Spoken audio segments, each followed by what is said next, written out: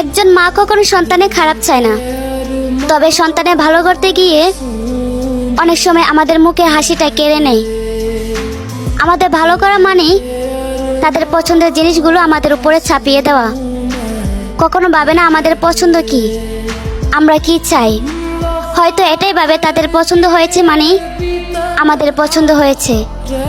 আর যদি তাদের কথা না শুনি তাহলে তাদের ভালো সন্তান না, আমরা কেন মরতে পারি না। তাদের এসব কথা শুনে কতবার আত্মহত্যা করার জন্য চিন্তা করেছি।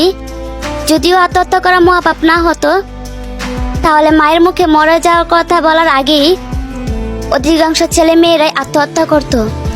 তবে আমিও একদিন মা হব, আর আমার মাকে বুঝিয়ে দিব জন্ম দিলেই মা হওয়া যায় না। जिस